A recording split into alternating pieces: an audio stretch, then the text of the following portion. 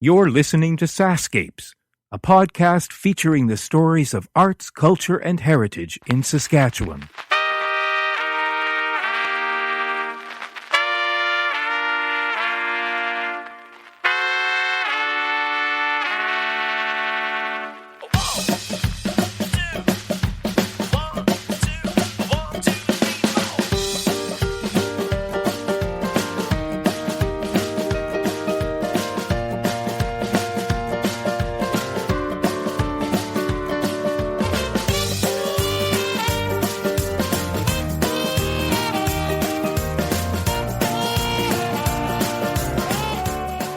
My guest for this episode of SaskScapes is a real Renaissance man. The Merriam-Webster Dictionary defines Renaissance man as a man who is interested in and knows a lot about many things. Weldon Gray knows a lot about the Renaissance period. And as a luthier, Weldon exudes a love of fine, detailed craftsmanship and the history of music from medieval, Renaissance, and Baroque periods. Weldon is also a self-professed idiot. I mean that in the most complimentary of ways. I'm Kevin Power, and if you find inspiration in people who choose to make a living following their passion, then you're sure to find inspiration in Weldon's story. From master luthier to children's entertainer, he's a true wizard at his craft. I'm with Weldon Gray today in Saskatoon. Weldon is going to touch base on three aspects of his life, and first we're going to talk about his life as a luthier. Weldon, thank you for coming along for the ride. So, first of all, let me get to know a little bit about you. You were originally from the States? Yeah, I was born in Arizona. Right. And how did you find your way to Canada? I ended up marrying a Canadian. That'll do it. But that's why I'm a citizen. But I came to Canada. I was working on a theme park in BC, the Flintstone park at that time. Right. And I was doing the sculptures for the dinosaurs and that sort of thing. And then I met somebody and married them, and bingo, I'm a Canadian now. So. You make it sound so easy. Oh, it was just like that, no problem. Right. And when did you arrive in Saskatchewan? 11 years ago. Do you find a huge difference between the terrain of Saskatchewan and the terrain of Arizona? Not a whole lot. There's no mountains here to speak of, right. But the terrain looks the same, except minus the rattlesnakes and cactus, I guess. Right. But it's all pretty barren in the summer. So on a scorching day like today, you probably feel right at home. It feels like Phoenix. Yeah, it does. Right. Yeah. Right. Okay, so I'm standing here in your shop, and I'm looking at what I presume will be the body of a lute that you are constructing. Correct. So before we get to the specifics of this in front of me, tell me how you found your way to making lutes. I was a member of the SCA, which is a Society for Creative Anachronism, and I wanted a lute, so I went to buy one. I found out you can't buy them, so I made my own, and doing the research and that sort of thing, it was just fascinating, and all of a sudden it just bloomed, and I kept doing it, and now I'm obsessed, and I don't know how many I've even made. I've made them for other people, for customers, and that sort of thing. So. Okay, let's back up for a second. What was your initial attraction that made you want a lute as opposed to an accordion or a piano or a guitar? Well, in the Middle Ages, which is from probably the year 600 to 1600, there weren't any guitars to speak of, and definitely no accordions. So I wanted the lute. I wanted to look authentic in the dress and that sort of thing. So. Right. And so you also have an affinity for that period of music. Yes. Oh, yeah. Yeah, I love that music. But I didn't really get into that music until I started building the instruments. And that was something that's the first time I heard a medieval chord, I was hooked. It was just like, this is so different. I love it. Yeah, it's hypnotic. It's my most favorite genre of. Well, if you listen to Dowland or something like that, I mean, the guy was probably a manic depressive, but his music is cathartic. It just somehow makes you feel good. There's something a manic depressive artist. How odd. I think that's called an oxymoron. Yeah, I think so. And so when one decides that since they can't find a lute, they'll make one, you just don't go to the library and get the lute making for dummies book. How do you begin? First of all, where do you get the wood? Well, my first lute probably wasn't a masterpiece, but I may do it, build it, try it, fix it type of person. Mm-hmm. And I don't really get discouraged with failures. I just keep trying again. So I think that's, you can get some information on how to build a lute. Mm-hmm. I looked at things I found a book in the library, which was probably 100 years old. So they didn't care. There was no patent. So I went and photocopied every page on lutes. And I read that, and that's how I started learning how to do it. Right, because there aren't any lute kits, right? I think there are, but I've never used one. I wouldn't trust it to pay a lot. I think they're about $400 or $500 for a kit, but I doubt that. I've just found them lately as I look on the internet, but I wouldn't trust it. I don't know. They may be great, but. Well, you're a bit of a purist probably at this point because you've made so many from scratch. Yeah. And so it would be, I would imagine, impossible to replicate the sound from one lute to another. Everyone is completely unique. You don't know what it's going to sound like until you pluck it. Everything can change it from the size of the bowl. Mm-hmm. The soundboard could be this is spruce from Vancouver, from Terrace, BC, and there's Sitka, there's rock spruce, there's Engelmann, there's cedar, there's a million different kinds of soundboards. And as far as it sounding like the old ones, who knows? Because none have survived from the Middle Ages. There are some who have survived from the Renaissance, but they're not playable. You strung them up, they'd fall apart probably. So. Right. So this body of the lute that we're looking at, we call the bowl? Yeah, that's the bowl. This is the belly. Okay, now the bowl has this interesting inlay, which is absolutely beautiful. That's not natural to the wood. Have you constructed that? They're all different pieces carved to fit. Wow, so you've done each one of those individually? Every one individually. And it's not like a floor. You can't just get a bunch of them. Every single one has to be carved to fit and, has to be concaved. Right. This is not unlike what one sees with quilters when they make quilting patches. I think there is a quilting pattern with this. Right. I don't know what the name of this is, but as far as I know, and there's one of these in Paris and there's one of them in England from the 1600s. And as far as I know, I have the third one. Almost finished. Right.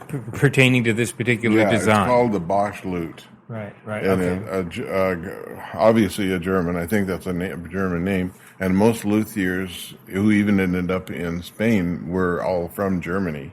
And they were probably the foundation of the lutist world. After the oud came to Western Europe, and that's where the lute came from. And then once it started, then they... Anyway, this one, as far as I know...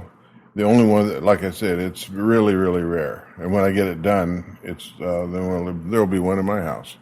Wow. So this wood, does this particular wood come from Terrace? No, this comes from Africa. This is Gaboon ebony. That's Africa. This is holly, which probably comes from California. It's called holly wood. Mm-hmm. Actually, I think that's how California got its name. Right. This is black walnut. It could be from anywhere in the world that a black walnut tree would grow, and that's cherry wood. So a cherry tree. And how does this wood make it to you?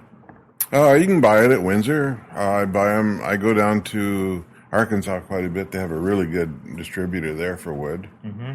And this comes from Terrace, BC, which I happen to be friends with. The occupation is he's a soundwood person, and that's somebody who actually cuts down a tree and then figures out what to do, splits it up, and makes soundwood.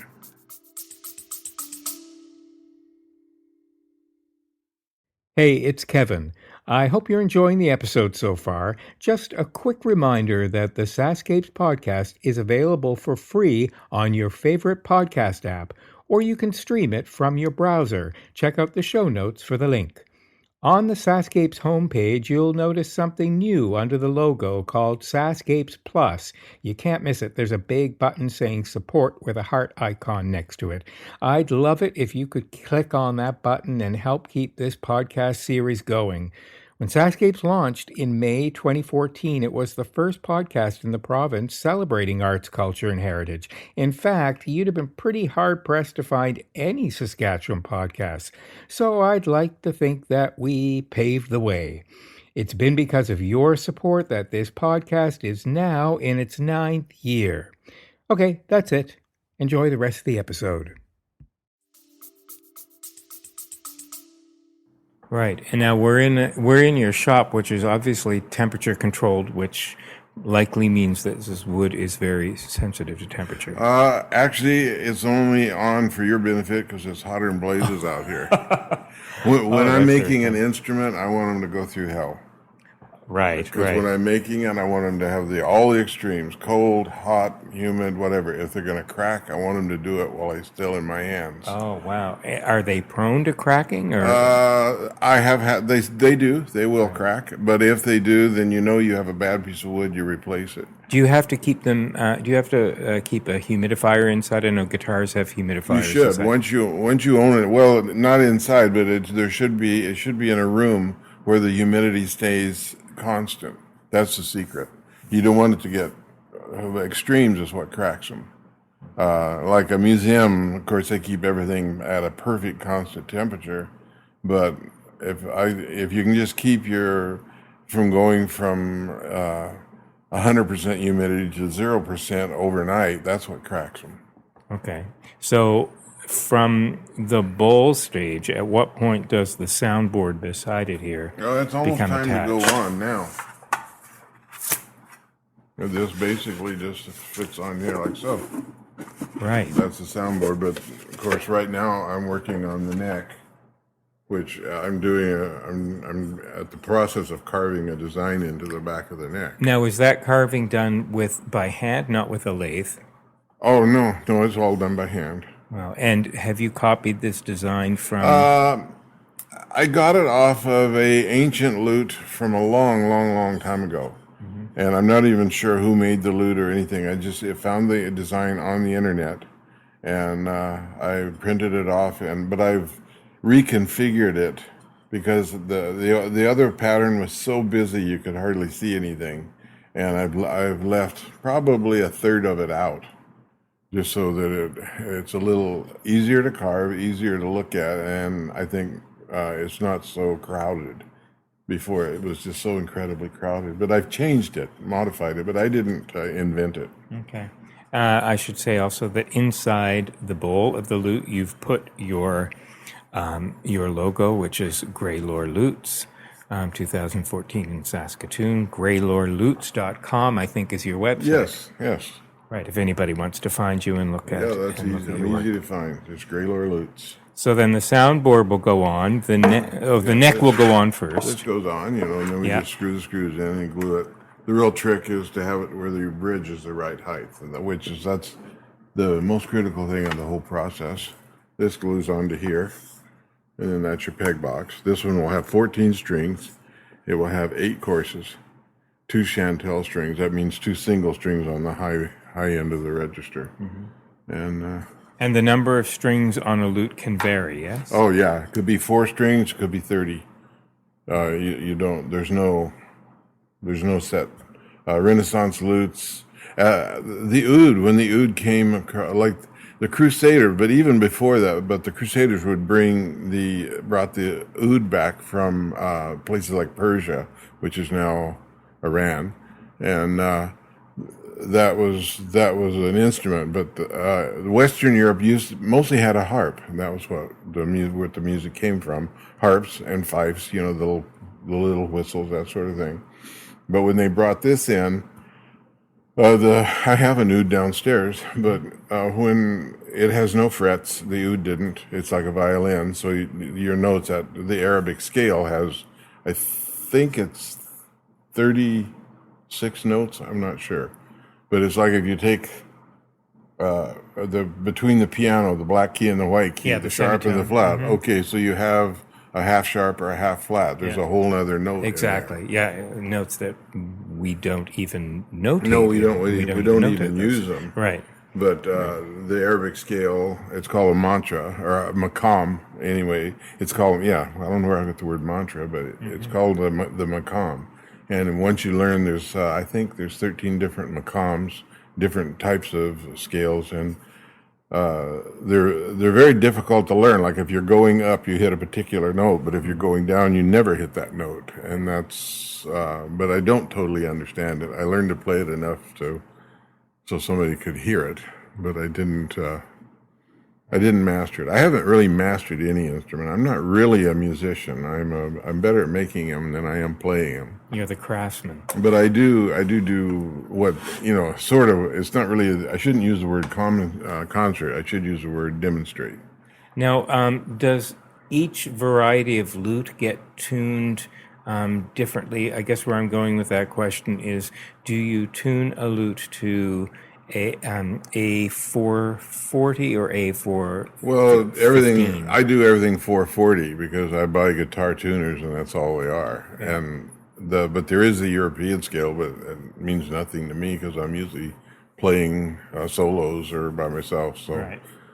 But as far as the tuning of a lute, they're usually tuned to a minor, A minor or D minor. Mm-hmm. But that is very loose because as Bach wrote music, luthiers added strings and tuned according to whatever he wrote. So right. you might have to retune your instrument to actually play what the composer wrote. Right. But I believe that they tuned to, in that period, would have tuned to, well, certainly by Bach's era, if you believe the purists, would have tuned to A415, which is commonly known as Baroque pitch, which is a semitone lower than what we're used to. Yeah, you could, if you're tuned up, like you couldn't play your harmonica with what they, if you get a luthier from Europe who's a purist and has a lute, you couldn't break out your harmonica and play with them. Right. Everything would sound wrong. Right, then you'd have to get out the Baroque harmonica. You'd have to get the Baroque harmonica. Right. But I just do everything 440 and I don't worry about it. Okay. Well, now you need to develop an app that's a tuning app just for lutes. Yeah. Which we can download on the iPhone. I can turn the computer on and off, and my ability, I can search. I have no computer skills. That's okay. Whatsoever. We don't need every gift there is to be had. So you mentioned early on that you've no idea at this point how many lutes you've actually made. I counted them up the other day, but then I forgot. I'm not sure. Now you don't keep them all. No, some of them are contracts for musicians, and I make them, and they tell me exactly what they want. I make it, and then they take it away, and I never see it again. So, except unless they want something done, new strings or something like that. After you've put so much love and labor and time into creating a lute for somebody, is it difficult is it like letting go of a limb? I consider running off with it. Right. I mean, it must be very hard to... it is. I don't want to let go of it. Sure. I don't figure out that they don't deserve this. I'm keeping this. So what if they got money? Right. I was going to say until they pull out the checkbook and then you realize... Well, they give my wife the money and then that's the end of it. Right. Okay. And who are they that we're speaking of? How far... Well, one of the... I've gotten information as far away as Holland. Edmonton, there's a couple of people, really good musicians there. Mm-hmm. Tom Mead is one of them. Mm-hmm. He's an actual professional musician. He plays in coffee houses and that sort of thing. And if you're there and all you got to do is look him up and find out where he's playing, you can hear I'll show you a picture of it, but it's what they call it's a 32-string Baroque lute. It has 3 peg boxes and it looks like a harp. It's the most complicated thing I've ever made. I can't even begin to play it. But when he picked it up in our living room, he sat there and played it for 2 hours. and he had music from Bach, and he just kept turning the page and playing, and it was a regular concert that we got in on. How long did it take you to make that? 6 months. Wow. Is that the average time it will take you, or is that particularly long because it was complicated? It was very complicated, and I tell everybody 6 months. Sometimes I beat it. Sometimes I don't. Right. I can't be rushed. I refuse to be rushed. Now he plays in coffee houses in Edmonton. Is he playing? Is he playing Renaissance and Baroque music? Right. Yeah. He plays jazz. He's a real musician, like incredible.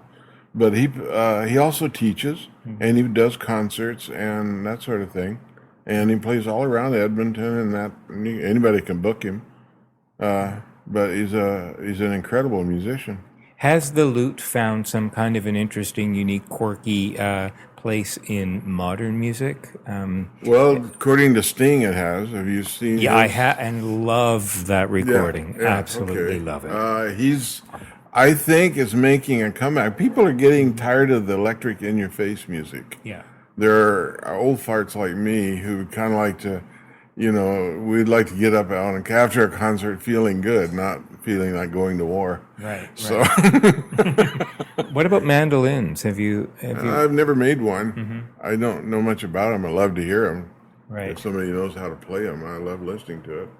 Speaking of hearing them, at what point do we get to hear some of the we have to go into the museum downstairs. Okay. All right. Okay, we have a museum. So this one here is going to be for you. You're not departing with this. No. Somebody asked me what they'd have to pay, and I said $30,000, knowing nobody would pay that. So that's above the usual price somebody would pay. Yeah, somewhat above it. Right. But, there's thousands of hours. I don't know. I didn't keep track. Sure. But step back a second and watch this. Okay, stare at it like you're looking. Well, I already caught that early on. What Weldon is showing me is the bowl again with this design. It's completely 3D. It is an optical illusion, and the design is made. These triangles become boxes, which then have depth, almost as if they're multiple steps. And he's turning it, and as he's turning it, almost like what's the word? Not kaleidoscope. Kaleidoscope. Is it the kaleidoscope that you hold up to your eye? Right, I had one when I was a kid. That's almost the way the shape changes, but it is completely a trick of the eye. That it has three-dimensional. So you see, you're ahead of your time. You created a 3D lute. Yes.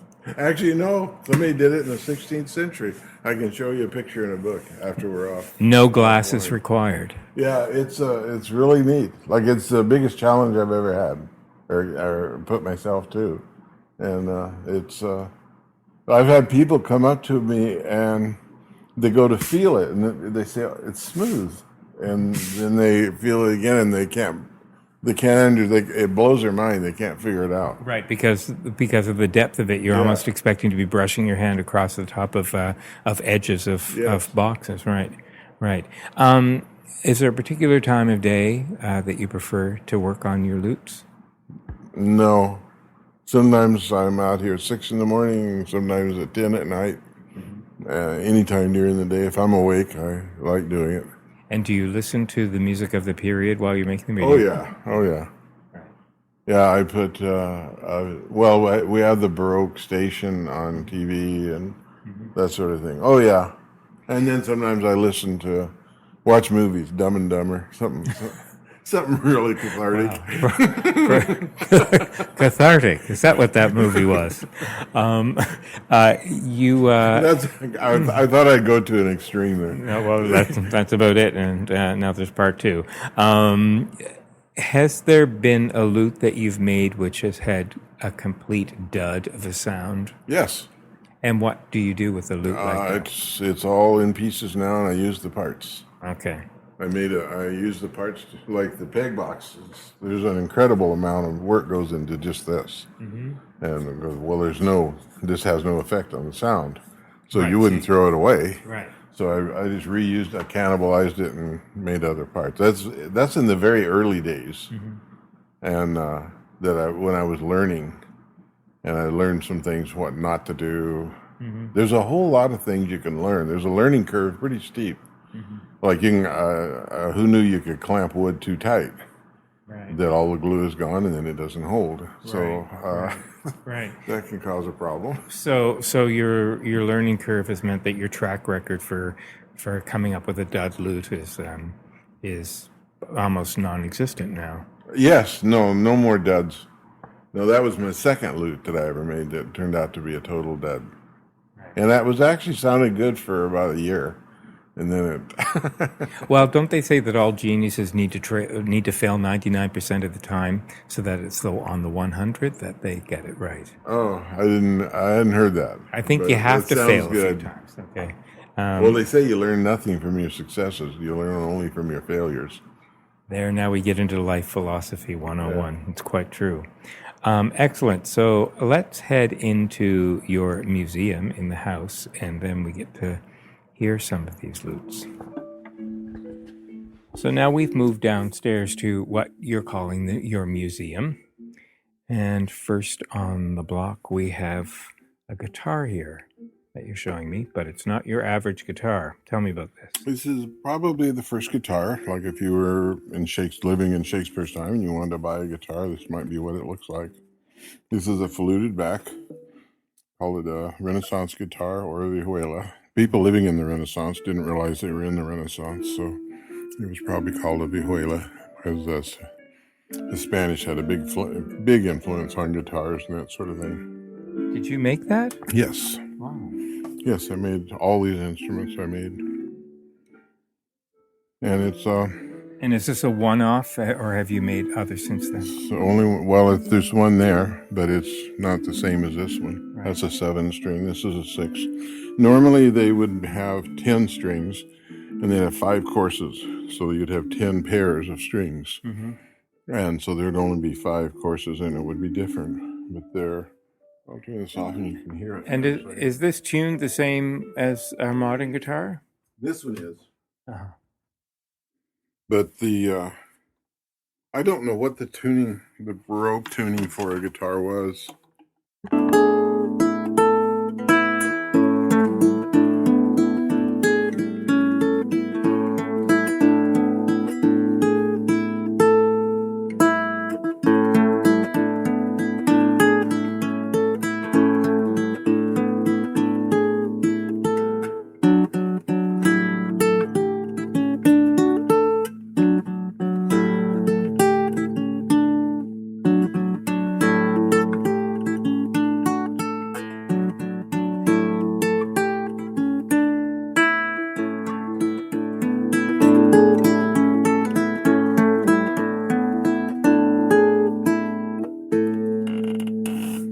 Beautiful, a very, very bright sound. It has a deep sound. I think the fluted back on such a small instrument makes the difference because you don't have to brace it. Right. Any instrument, the less you brace it, the better it sounds. But also you run the risk of it falling apart. So the more you brace it to be safe, the worse it sounds. Right. So this one has very little bracing, no bracing in the back. So the only bracing is in the soundboard itself.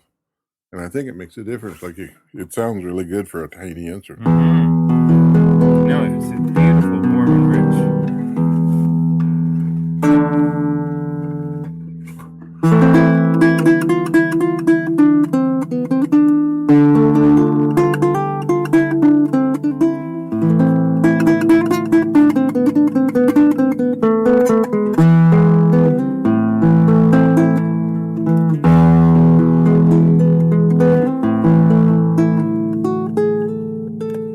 I feel like I've seen an instrument similar to this in some Spanish and Mexican music. Oh yeah, this is their instrument. Like the looks to the layman, it would appear to be like a child-sized guitar. Yeah, but it is an instrument in its own right. With the rooster is very Spanish. Right. Yeah. And then of course this is all of this is all inlaid. It's nothing is bought. Right. It's all carved out and inlaid. On the fretboard, all of the inlay and that sort of thing. But I make no attempt to try and have original wood. The wood is actually from South America. It's called leopard wood. Ah. And to have original wood is almost impossible. Most of it doesn't exist anymore. And you were saying when we were up in the shop that really for wood to be useful to you, it has to have been aged for at least 10 10 years. years, yeah. Right. You don't want to use anything less than 7 years old. Mm-hmm. And but you can't always know if you buy something like where I get most of my wood is at the Habitat store, and there's all kinds of maple that comes in, and hardwood flooring, and they have one case left over. So whenever they have sales, like you can buy them sometimes for $5 for a big box, I stock up, and all my necks and all that sort of thing is all made from that because it's kiln dried and it's been sitting in a lumber yard probably 5 years trying to sell it, probably another 5 years after they've sold the rest of it, and then they put it in the Habitat store. So Right. Wow. So you're also recycling, yes, repurposing. yeah. This is maple. This neck is all maple. It's just dyed black, Right. so that it looks like ebony. And these these fretboards are fixed. They're not floating. You can't. They're not adjustable. Yeah, they are. They're all they gut are string. adjustable. Yeah, feel it. All right. That's just string. It would be gut string in its day. Right. Right. But this is just a nylon line that I use. Right. So you can put them anywhere you want them. Uh-huh. And so on the wall here, we're looking at five lutes of various. The bowls are various shapes. So These tell me two about are these. it's a domra. It's a Russian instrument, the Russian peasant instrument, and that is a balalaika. Right. So they're both from Russia, and the picture on the wall by Silly. He's the guy who made them famous. But they've been in Russia since the beginning of time. The reason they have the funny shape is I think the Mongols were raiding into China and back and forth into Russia, and I think they brought that back. I don't know that. But you see Chinese instruments that look identical. Mm-hmm. And do they predate the Renaissance lute, or would we have seen these at a similar time? The first official recommendation on the lute is when the Russian Prime Minister, I can't think of his name, Alexander. Not Putin. No, not Putin. The Terrible. Who was the guy called the Terrible? Ivan the Terrible. He decreed that you are not to play the balalaika ever again and play music and that sort of thing. He decided that was a sin. Mm-hmm.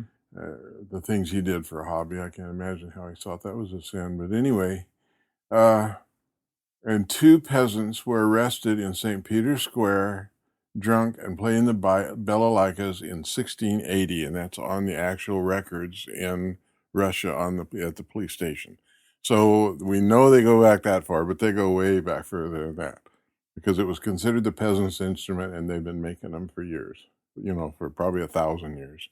And I think it's ever since the Mongols were raiding back and forth. That's what I think, but I have no way of proving that. Well, at the very least, we know that inebriation existed on the streets. Yes, in Russia. Right, in Russia at the time. And nothing's really changed. Right. From what I understand. And so next to these, we have three lutes. The first one is an oud. Okay. That is a Turkish oud. Now, I plead ignorance in generalizing and calling these all lutes because to the eye they actually appear to be very similar to what you've been building outside. So, do we classify the oud as an instrument of its own right, or does it fall into the lute family? The oud is the origin for all stringed instruments in Europe now. That was the first one, and if you look in a lot of really old paintings, you'll see pictures of people with that instrument, and they're actually bowing it and fretting it just like you would a cello. Oh, right. I've seen that. So that's what the oud is. That's what the oud is. But as soon as the oud ended up in Europe didn't like the idea of all unfretted instrument. So you'll even notice, like in Vermeer paintings, it's a gambola. Yeah. Okay, it has frets. Yeah. Just like a guitar, because they couldn't live with the fact that you might be able to hit a note that wasn't there, it wasn't in the 12 notes that the Europeans at Pythagoras decided was what you would use.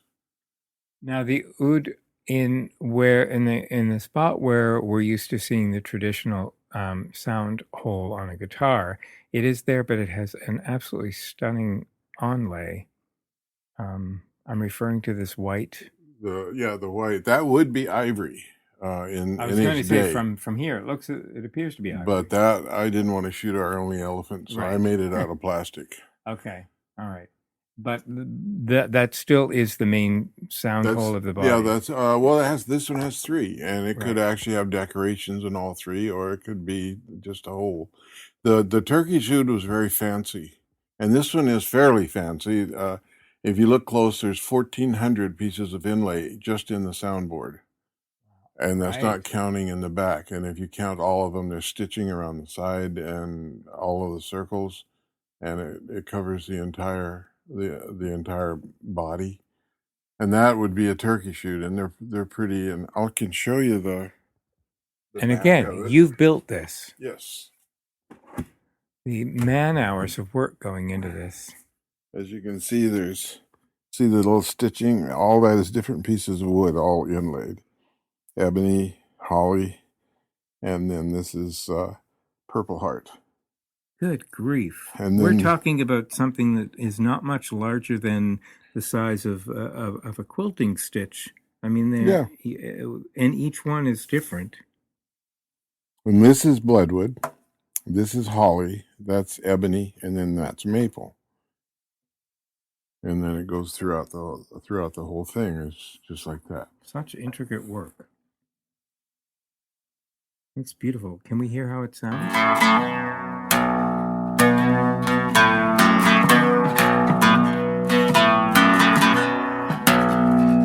That's the typical sound of the oud. This is what started it all. They found these in tombs in Egypt 2,000 years before Christ. Wow. So, and then this came throughout Europe, and then the violins were built, and oud, lutes, and then guitars, and so this is what started it all. It all started in Persia, that part of the world.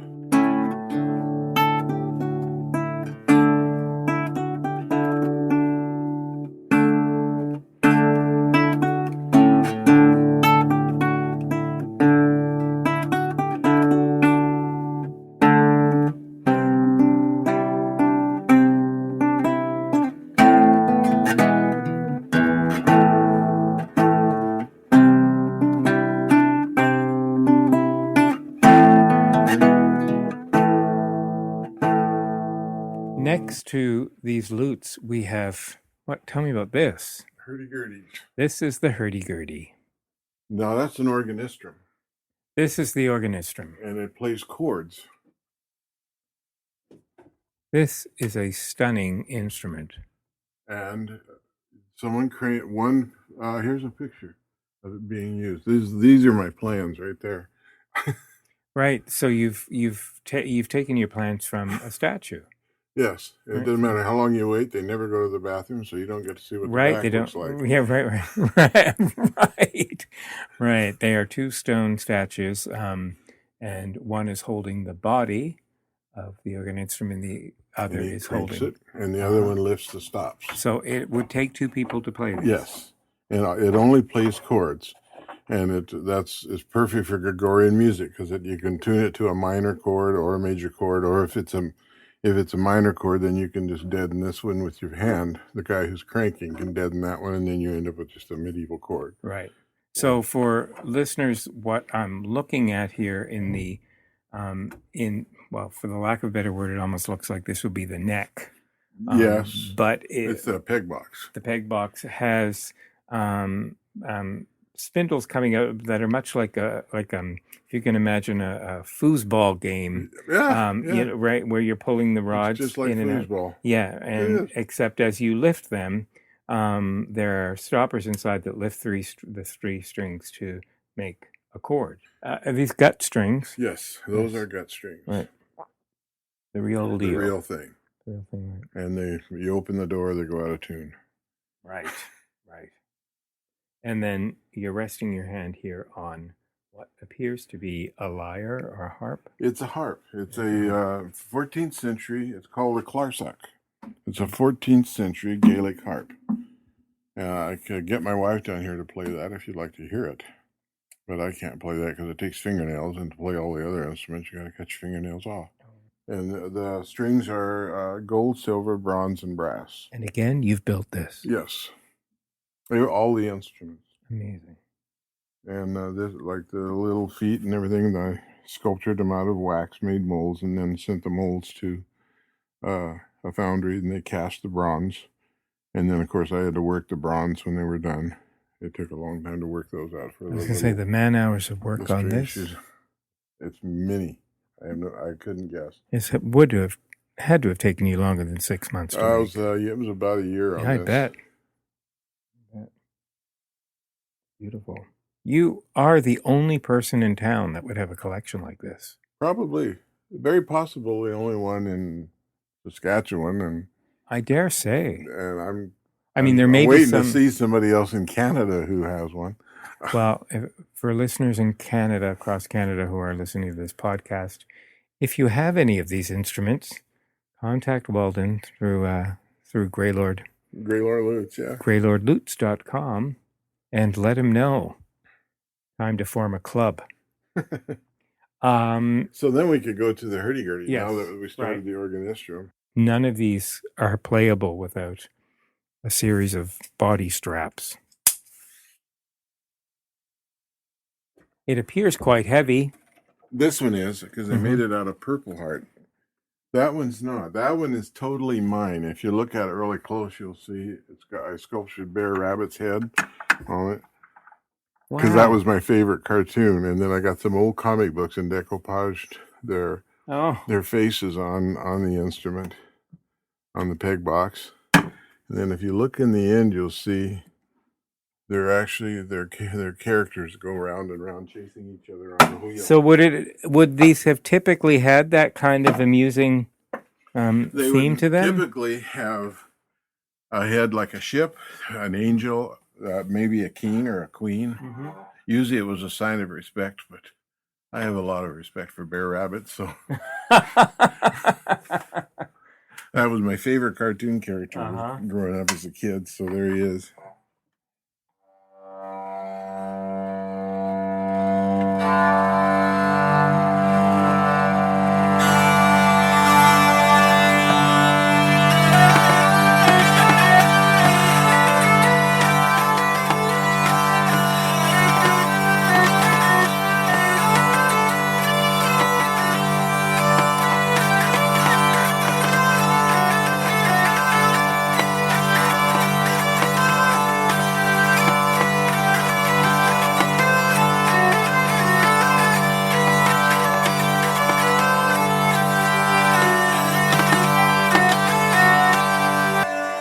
Song from about 600 years ago.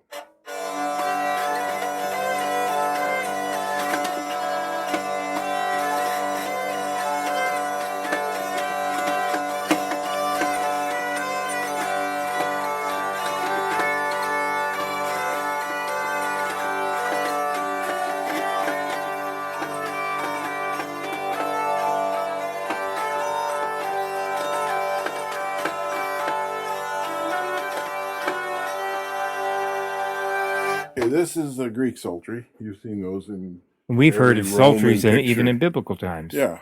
And then this is a bowed psaltery. This is very common, but this is a giant psaltery.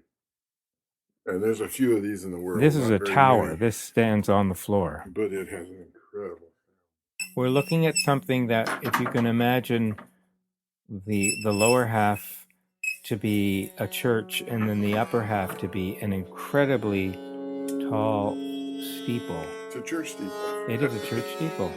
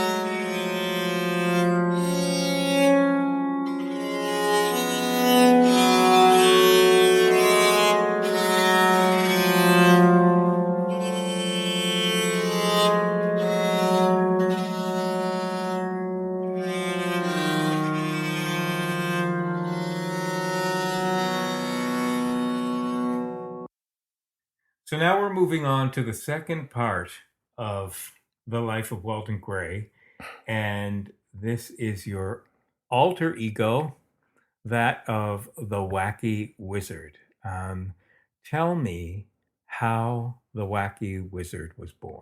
When did you begin doing children's entertainment? When I was in the 5th grade, my mom bought me a ventriloquist doll and put me up in front of the church. And that's where it all started. So I started doing Bible stories and that sort of thing. And were you good at ventriloquism? Or? No, I don't think I was. But I can make any kind of animal come to life. But I think ventriloquism doesn't work for children because they don't live on puns. Okay, so it's not the craft, the humor. Yeah. Okay. Yeah, the humor's not they're more physical.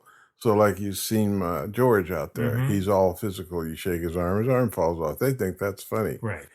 Kids love to see things go wrong with stupid adults. Okay, but when did you start as a stupid adult entertaining kids? Years ago. I was in my 20s.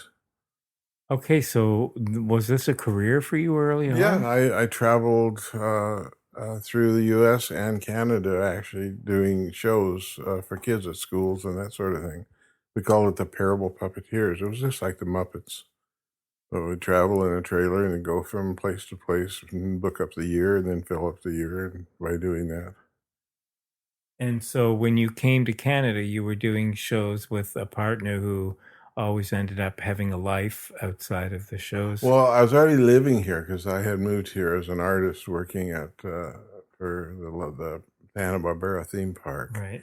And then I wanted to do this as well, so I filled my weekends up with that. So I ended up getting a partner, and we were booked with the Optimist Club to do I think it was 6 shows in a row. And they were busing kids in from everywhere. And she called up the day before. She says, "I'm in love. I can't even think. I can't show up. I can't do it tomorrow." She had fallen in love, and so she just couldn't think. That was it. It happens to the best of us. So anyway, I'm stunned. I'm not even mad. I'm stunned. I don't know what to do. Something. What the heck? I mean, these people. It's been in the book. So what I did, I spent all night making a big book to take her place. And so I have this big book now, and I still use it. I drew all the pictures and everything about this is how you do this magic trick. And so then you turn the page, and this is what you do. And I still use that, but of course I do something wrong, and everything backfires and everything goes wrong. And the kids love to see a big, stupid adult doing something wrong. They just love it. They think that's... And one of the things is I think I'm tall, dark, and handsome. And I mentioned that at the beginning of the show. Throughout the show, they cannot stand the fact that I think I'm tall, dark, and handsome. And they're all yelling, "No, you're not." No, they'll tell you, "You are not tall, dark, and handsome." They just can't wait to get that across. The brutal honesty of children. Yeah. And so anyway, but that's part of it. Even after the show, they'll say, "You're not tall, dark, and handsome." That's funny.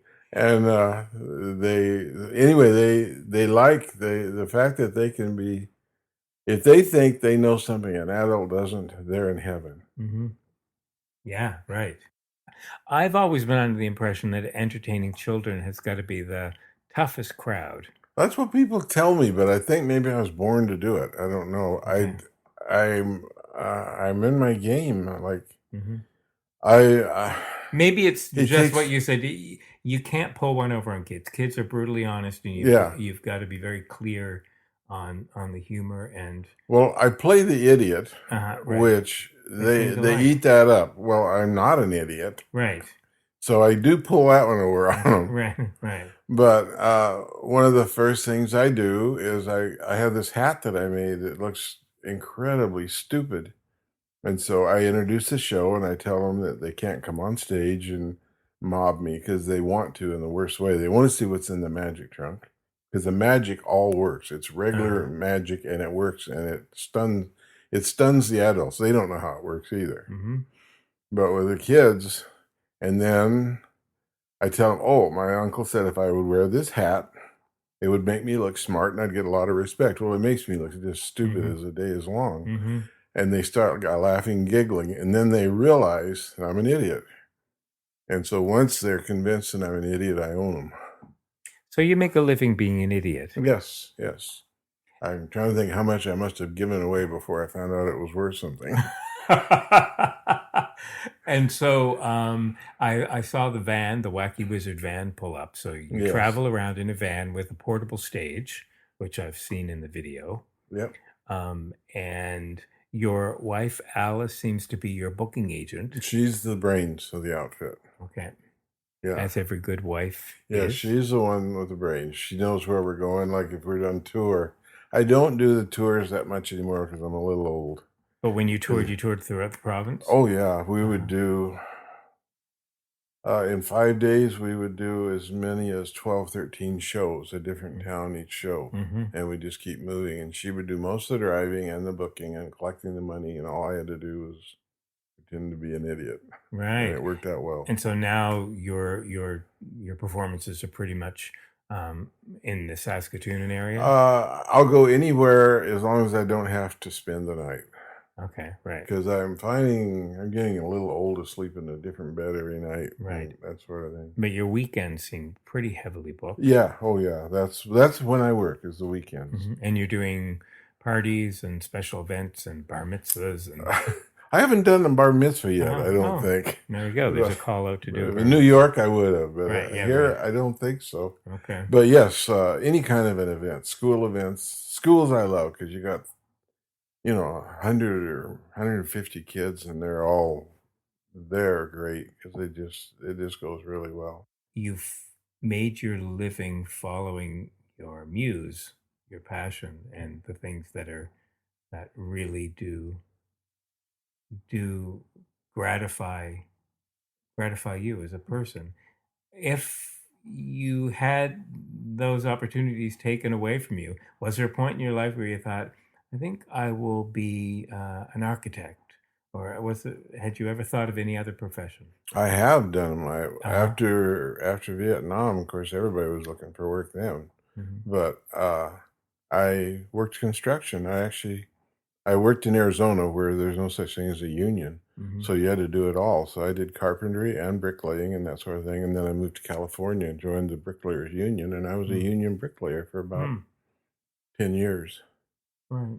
And then you soon realize that it's not very fulfilling for one thing, but it's brutal to your body. Like your body just doesn't take it for long. Right.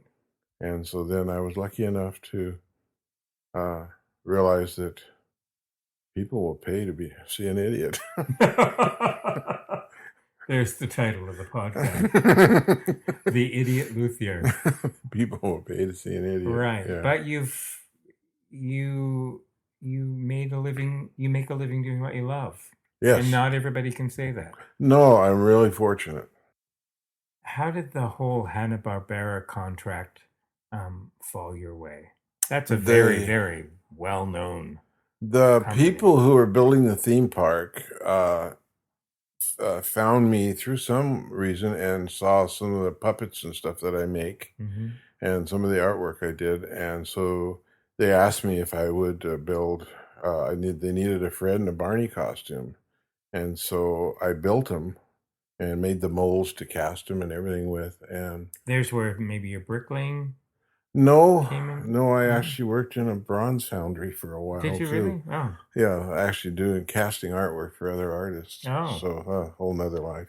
Anyway, that's where I learned to do that. And so that once they seen them and they really liked them, then they actually asked me to come on board. And I worked there for probably 2.5 years building full-size dinosaurs and that sort of thing. I've That theme park doesn't exist anymore. No, I think it's all condos. The dirt's worth more than what it could make. And you don't know where you're... I don't know where the stuff went. It's all gone. Wow. You clearly must live on creativity. Was your family creative? Where did that come from? No, my mom was pretty creative. My dad was, He was he's a guy who would just slug it out. During the Depression, everybody else didn't have work. He had 2 jobs. Neither one of them paid much, but he went from one to the other. He was as steady as a Old Faithful, just plodded along and worked. Right. And he didn't understand why I didn't want to do that. Right. But my mom was pretty creative. And any siblings that followed? Not really. Wow. My sister, she's into woodwork. And the joy of living the life of a creative individual, following your muse, is that you can decide when you want to retire or not. Do you need to retire when you're having so much fun? I don't plan to. I could have, but I'm supposed to. But I figure I'll work until I die as long as I can do it. And for listeners who want to find out more about the Wacky Wizard, you can go to thewackywizard.com. .net. Right. Okay. Thewackywizard.net. Right. And if you're in the Saskatoon area, or close enough that you don't have to stay overnight, you may have some time in your schedule. Yes. Booking in advance, if Alice deems that possible. Yes, you would talk to Alice. Right. And the folks who see the Wacky Wizard have no idea that you come home and do this intricate work. They would never think an idiot clown could do what I do in my spare time. Right. I've started taking my hurdy-gurdies to shows and playing them before the show. And kind of blows people's mind because it's the opposite end of the spectrum. No kidding. You couldn't have chosen 2 contrasting lifestyles, but both creative. Yeah, it's they're really different. And I've seen the video. You are like a big kid when you get out there, even though you're playing the idiot adult. You really do you adopt this childlike quality. I'm a giant 6-year-old. Yeah. Have you always been that way in life? I don't know. Have you learned to just? You'd have to ask my friends. But have you learned to take life not so seriously? I mean, is that part and parcel of? I don't know. You'd have to ask somebody else who knows me, I guess. Right. I want to thank you for taking the time to let me in on what I think is an extraordinary and enviable life, making a living doing what you love. I mean, that it just doesn't get any better than that. In a world where people, leave their corporate jobs midlife and then decide, well, now it's time for me to find my passion. You you started out that way. Well, apart from the bricklaying and that, really. I mean, early on in your life, you went, I'm really lucky. Got to do what I love. I'm really lucky. I know it. Well, and so are all the kids that get a chance to see you. So are all the people who have commissioned you to create lutes for them. That's the difference in spoiled and lucky. If you're lucky, that's because you know you're spoiled. Right. If you're spoiled, you don't know it. Right. And both of those demand that you be an idiot adult. Yeah. So you've made a living being a luthier and an idiot adult, and wouldn't have it any other way. No, life is good. Life is good. I'm real happy the way things going. I got a pretty lady who puts up with me, so can't get much better than that. Thanks for letting the world in on your wonderful life. You're very welcome. Thanks for listening. The SaskScapes podcast is created by Kevin Power as part of the Culture Days Animateur program operated by Sask Culture. Funding to the cultural sector is provided through the Saskatchewan Lotteries Trust Fund for Sports, Culture, and Recreation. If you want to hear more of these podcasts, or to see the great work being done by other Sask Culture animateurs, please visit www.iheartculture.ca. Special thanks to Paved Arts in Saskatoon for their technical support. Music for SaskScapes is provided by Saskatchewan-born singer-songwriter Jeffrey Straker. There is no end to the stories to be told. So, until next time,